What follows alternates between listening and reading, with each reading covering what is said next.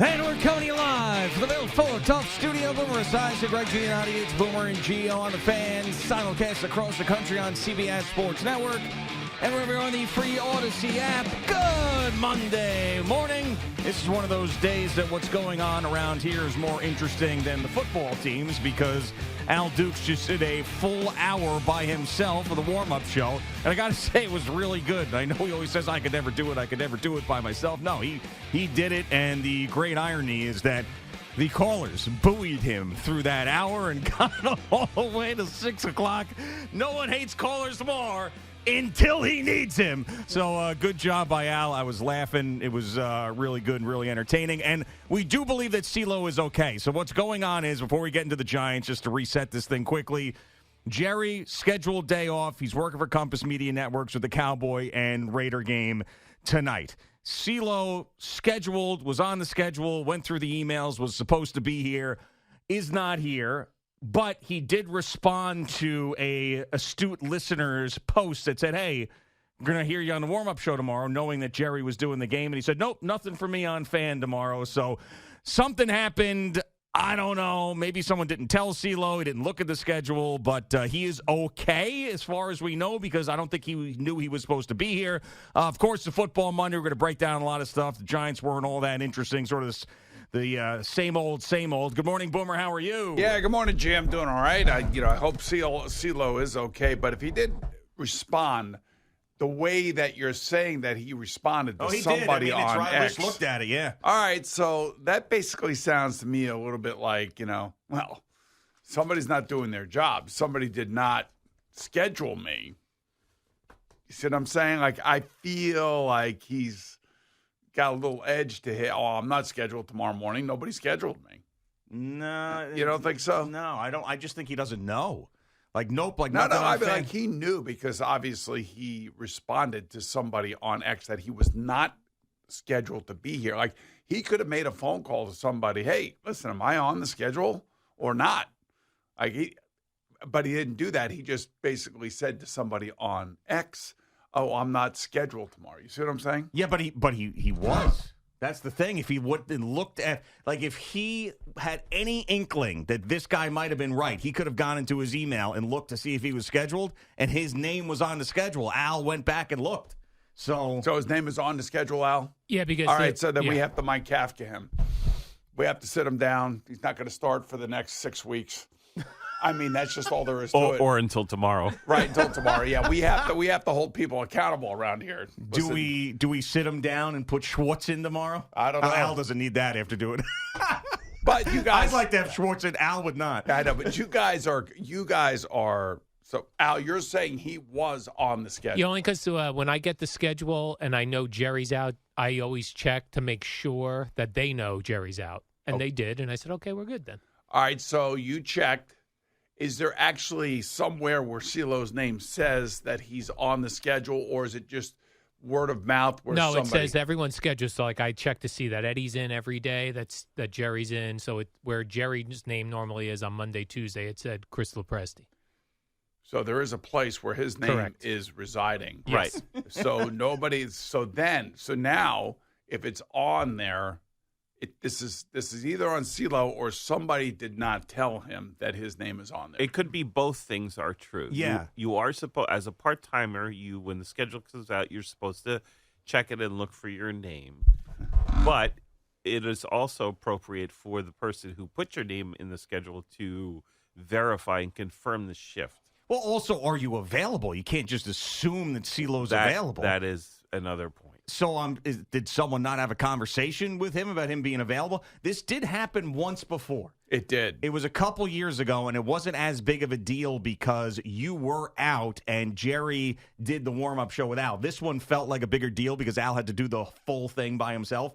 And what CeeLo said at that time was, no one told me I was working, but I should have looked at the schedule to see if my name was on it. Oh, so this is all on CeeLo then? Well, I think there's blame on both parties. And usually, I know Jerry usually communicates with CeeLo directly, aside from the scheduling process, just to say, hey, I'm going to be in Vegas or whatever. Yeah. Now, there's still a small chance that something has gone on with CeeLo we don't know about. It's just that post yesterday makes me feel about 95% sure that he There's just had nothing idea. going on. Just Yeah. well, how do you not have any idea? Like if Al has an idea and your name is on a list, so that means we have a lack of communication here. Yeah, I mean, someone, I can't imagine this would happen, but someone would just put his name on the schedule for 2 days when Jerry was out without asking CeeLo if he were available, never telling him, and then CeeLo never looking at the schedule. Well, that there's one of two people then that this falls at the feet of. 3, I think. Oh, you think 3? There's 3 scheduling people. Why do we have 3 scheduling people? Why can't we just have one? You got that is just bureaucratic. Like, Well, it enough could be already. actually 4 people. CeeLo being one. Well, CeeLo himself, yes. Correct. Then the main schedule, but here's another wrinkle. When this schedule was made, the main schedule was in Italy on vacation. Oh. And there was the backup scheduler. All right, so let's put it out there. and the who's supervisor. responsible for this? We don't know yet, but there is a chance that the main schedule person who was out, the person who was filling in for the main schedule person, put CeeLo on there and never told him. And then CeeLo never looked at the schedule. So when this schedule was put together, is it David Marinick? Did he go to Italy? I think, right? Was he the one who went to Italy? Yes. That's his vacation. That's fine. Fine, yeah, that's fine. So then who's his backup? Is it Pete Bellotti? Yes. For now. But there's going to be a new scheduling person. And Where's Bellotti right now? He's off today. He's off today. I went looking Oh, for him. all right. So now all of a sudden he's off. Yep, he's off. All right. So then who does the scheduling fall to if he's off? Well, I think Marinick's back now, so this is all the scheduling is what happens prior to, like when we're actually here now is an issue because this was something that should have been taken care of weeks ago. Loose ends, boys. Loose ends. Not Yeah. good. Does Big Hurls factor into this equation at He all? could, because of the upcoming change in the scheduling scenario. Yeah. He could be involved in getting involved to sort of aid with the transition or perhaps take over, whatever. I don't know. Right. Well, right now all I'm worried about with Big Hurls is that he brings in my JW Blue this morning because East Islip did beat Northport on Friday night. Nice. Yep. So it really wasn't a game. Well, that's great. Congratulations. And Sayville won as well. They moved on. They're going to be playing Smithtown, East or West, whatever it is, in the I county think we championship. got we got half Hills East, I think. Yeah, there's a lot of East, there's a lot of West. But yeah, Yeah. I mean, this is not a good situation. I mean, we like to take things lightly, but I do not like the fact that This is not we are without a sports anchor on a football Monday. I mean, if there's any day you want that sports anchor there, it's today. You know, it's a football Monday. You want to hear the stuff that happened. You want to hear the highlights. You want to hear the sound. You know, on like a Wednesday, it's like, okay, whatever. Maybe there's nothing going on. Maybe the Knicks didn't play or the Rangers didn't play or whatever. A no football game on a Tuesday. You'd be like, okay. You know, then Jerry's searching for stuff. But like a day like today, you need the There's you a need lot the of stuff sports. out there, and this is somebody's dropping a ball loose ends. So is Al going to do the updates again today or no? I can't wait to No. hear these.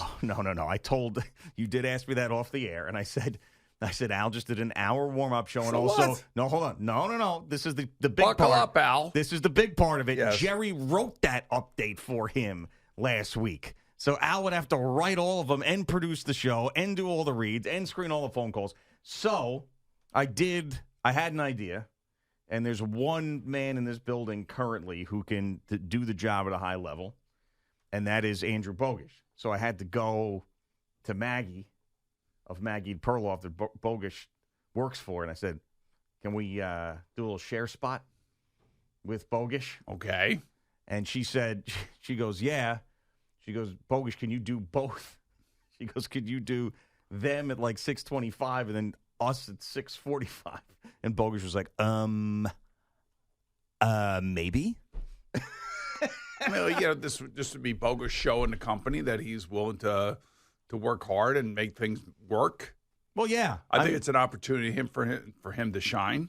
I agree. He didn't like that take when I said it that way to him, to be honest with you. I was like, this is, you know, a bit of exposure type of thing, be good for you. Step up spot. And he goes, no, I mean, it's not going to do anything for me, but I'm happy to help you guys.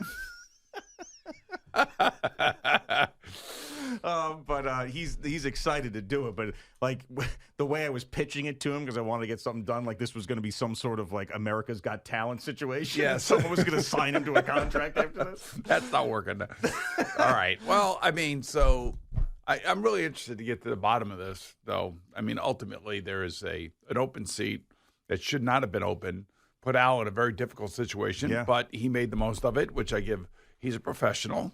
So I give him credit. Right. Yeah, absolutely. And he was flying. He was doing well. It was impressive. So there's the empty seat on CBS Sports Network. So I mean, it's putting us in a tough spot today. But we'll like pros, we'll figure it out and we'll piece it together and we'll find out who was responsible for it. I do think that chances are that CeeLo was never told about this, and he never checked the schedule, thinking that he didn't have to. But then again, someone reaching out and saying to him, "Hey, see you on the warm-up show tomorrow," and like he never checked after. Like, why would this listener be reaching out to me about the warm-up show? Why is Jerry out? Is Jerry doing a Cowboy game? Oh, the Cowboys are playing Monday night. Maybe. Oh, maybe I should check the schedule.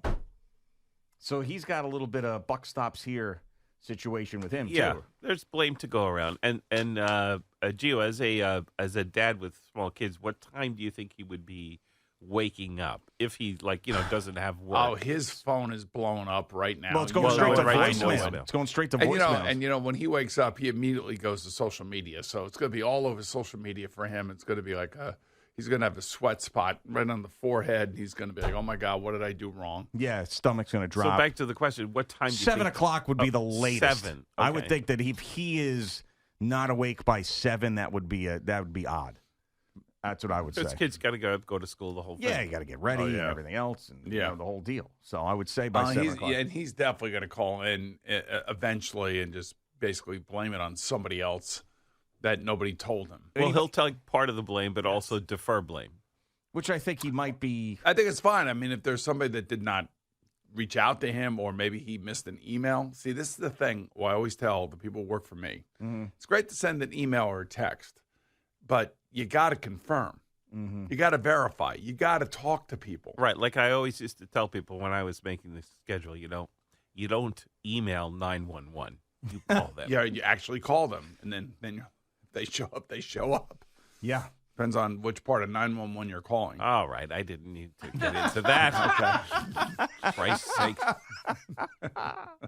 All right. So we're hoping that Bogish comes in and helps us out in a little bit. I know he's been writing for us, and maybe we'll hear from CeeLo and get to the bottom of the whole thing. But, it really it's amazing that the game with the Giants yesterday against the Packers went exactly like every other Giant game has gone, with a different coach and a different quarterback. Well, I will say, though, and I think most people felt this way, and I don't know, what impact this is going to have moving forward with them.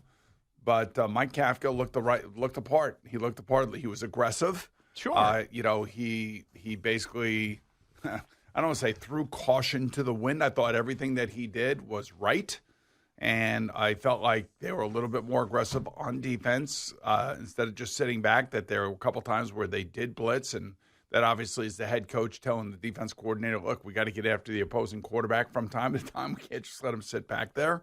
I thought the Jameis experience was the Jameis experience. Balls flying all over the place, hitting guys in the chest and the face, balls on the ground. Yeah, balls to the face. I mean, great throws, the unfortunate interception at the end there with Jalen Hyatt stopping. You don't see, this is what happens. Everybody immediately wants to blame Jalen Hyatt, and that's fine. Blame him. I don't care. But these two players have not played together in a game. Yeah.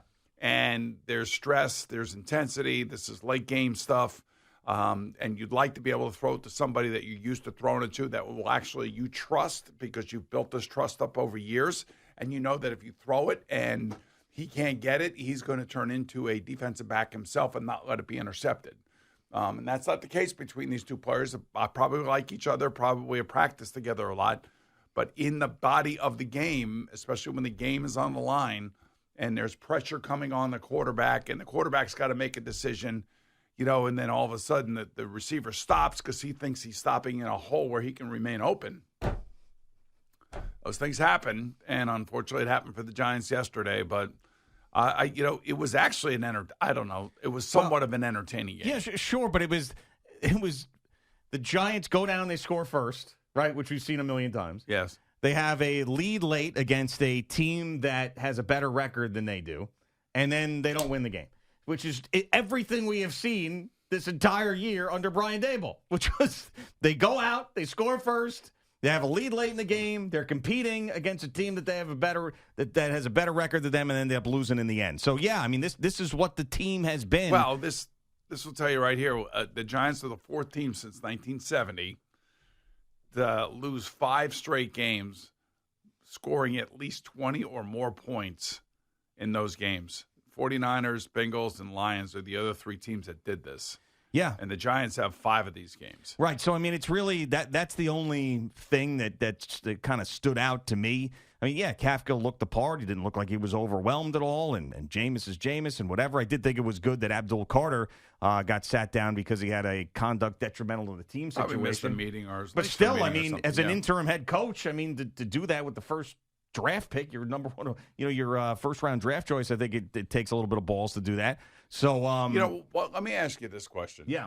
I know why you say you think it takes a little bit of balls to do that. That may be part of the problem that's going on over there. That guys are, late for meetings or missing a treatment session with the trainers or whatever it is. So when you have those things are the undercurrent of losing.